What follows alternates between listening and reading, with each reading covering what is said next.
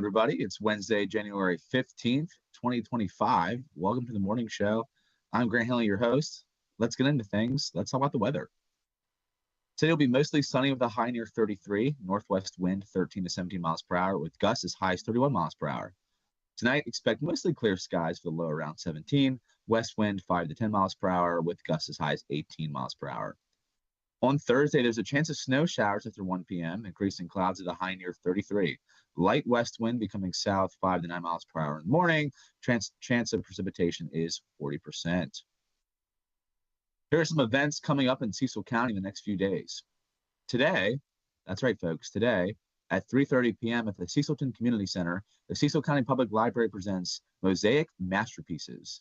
Create a mosaic masterpiece while exploring the work of famous mosaic artists, and this is recommended for grades 4th through 8th.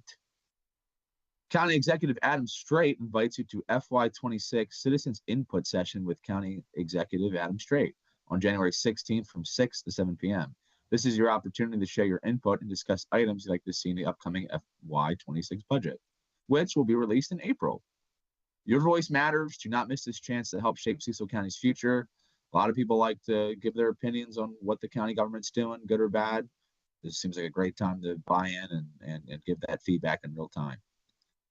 There will be a happy hour tour at the PK Barnes Ice House on January 17th from 4 p.m. to 6 p.m. Sip hot chocolate and tour the ice house. You won't want to miss the opportunity to learn about this piece of Charlestown's rich history.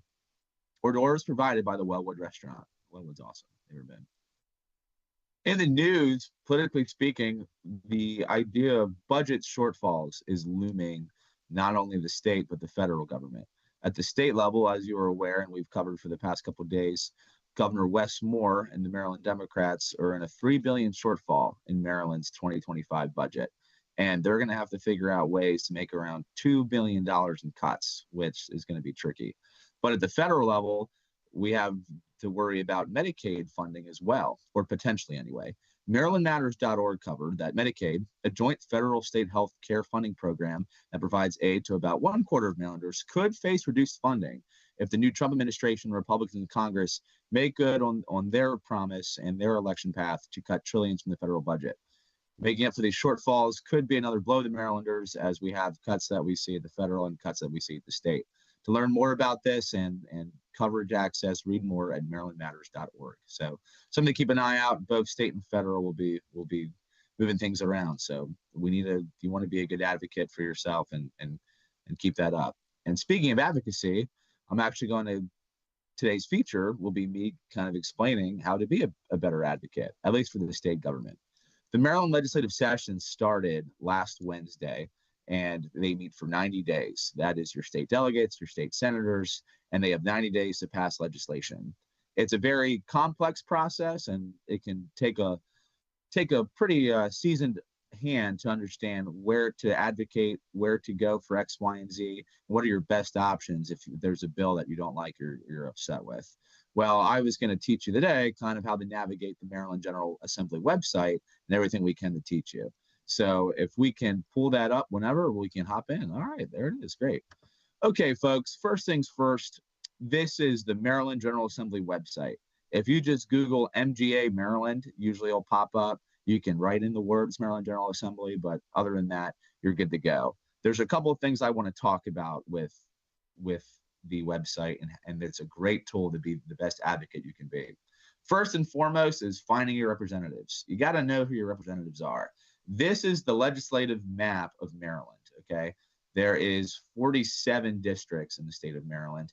Each district has 3 delegates and 1 senator. So, you want to be aware of who's representing you. You have 47 state senators and you have 141 state delegates. Cecil County, as you can see on the right, has 2. We have 35B and 36. So Maryland Legislative District 36, you have your delegates' names there, you have your senator name there. But if you click on any of those districts, you will see those representatives per that district. Now, staying on this slide for a little bit, I want to talk briefly about what these offices can do for you. As you guys know, these are representatives that you have voted for, and they have held office for a long time, and they're great at sponsoring legislation. They're great at being advocates. If there's a bill you don't like, you can contact them and say, oh, please vote no or please vote yes on this. State delegate offices also offer scholarship programs for those in college or those who are getting ready for college. So if you need to find a way to finance school, it's not a ton of money, but any scholarship amount will do. And each office has its own scholarship program. So you can really get anywhere on average, if you apply to all four, usually around like $1,000 in scholarship money, which certainly goes a long way to the high cost of education. Furthermore, you can see your governors, lieutenant governor, attorney general, comptroller on this slide. That obviously applies anywhere in the state, as that's a state elected office. State senators and delegates can also assist you with issues such as if you have issues with the comptroller, if you've submitted your taxes and you feel like you haven't got your tax return and it's been a long time, it's worth reaching out to your delegate office because they have a contact with the comptroller's office. You can also reach out to the state delegate office if you have Easy Pass issues. A couple years ago, there was some big hiccup with the Easy Pass transponders as they were kind of making that switch over, and it was a nightmare. A lot of people were getting overbilled or way too much money and things like that. So state delegate offices can help you do that.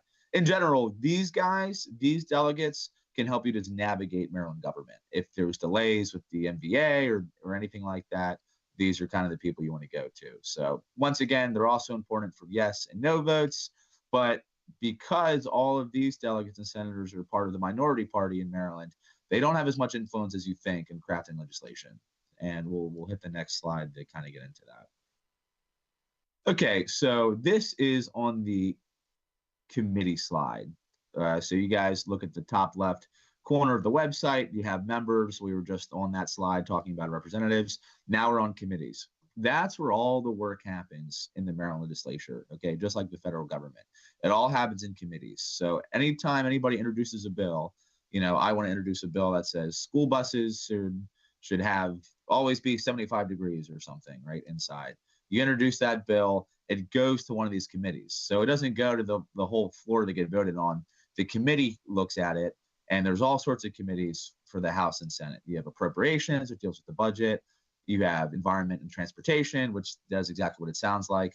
Ways and Means has taxing authority and things like that. Judiciary typically hears like alcohol and liquor license bills and things like that. And there are other committees with different specializations.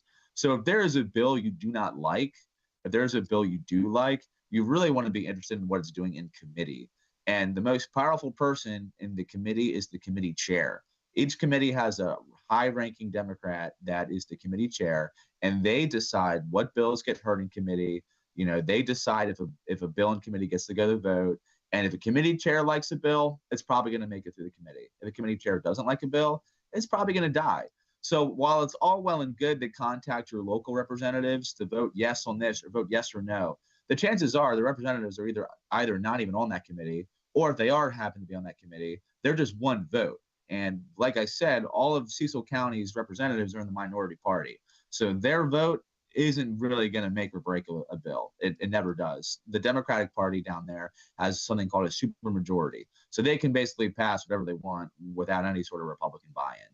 And, and that's just a consequence of elections. So I'm not saying that's bad or good. That's just how the political makeup is.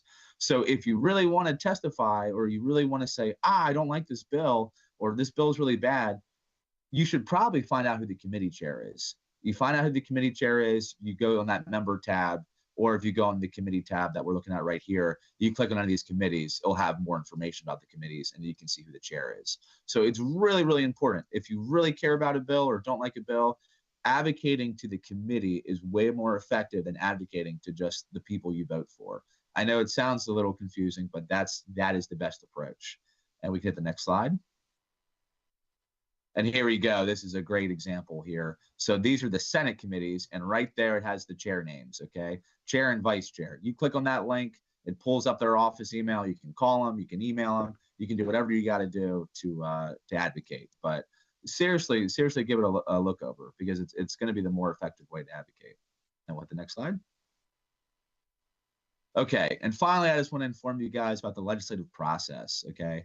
So it's complicated. Passing bills aren't easy. It's designed that way. So quote unquote bad legislation never happens. It's supposed to be a scrutinized process. So a first reading just means, hi there, I'm introducing this bill to the entire body. Let's see what happens. Then it goes to committee. Most of the bills don't make it past this step, referral to committee. If it gets out of committee, then it gets a second reading. A second reading is it's once again talked about on the floor, and that's the opportunity to amend the bill. So other legislators can be like, oh, well, you should add this to it, or you should add that, and things like that. Typically speaking, amendments aren't too common because the Maryland General Assembly really values the work done in the committee, and what the committee produces is what they want to stick with. But you can amend things on second reading. Then you go to the third reading. The third reading is third and final passage. You can't amend it, you can't tweak it. You're voting on it. Are we passing this or not? And if you think that's all well and good, then it goes to the opposite chamber. It either goes to the Senate or it goes to the House, and you do the whole process again. Okay, and then if it passes both houses, then it goes to the governor, and Westmore can either veto or sign it. And if it vetoes, then it goes all the way back and so on. So it's an interesting process. So be good advocates, okay? Use the Maryland General Assembly website. Session will be going from now until about early April, usually around April 10th or 11th. So just stay tuned, you know. You can look up legislation on that legislation tab. You can look it up by keywords. If there's a bill you see that you don't like, that's state level, mind you. This is state level. Anything federal, you got to advocate to Congress and things like that. But from the state level policy, this is a really powerful tool you can do to be a better advocate. So that's the feature for today. If you appreciate what Cecil TV does and what Cecil Public Media does, please consider donating. You can check us out on Facebook or check us out on the website. I'm Grant Handley. Have a wonderful morning, and we'll see you tomorrow, Knuckleheads.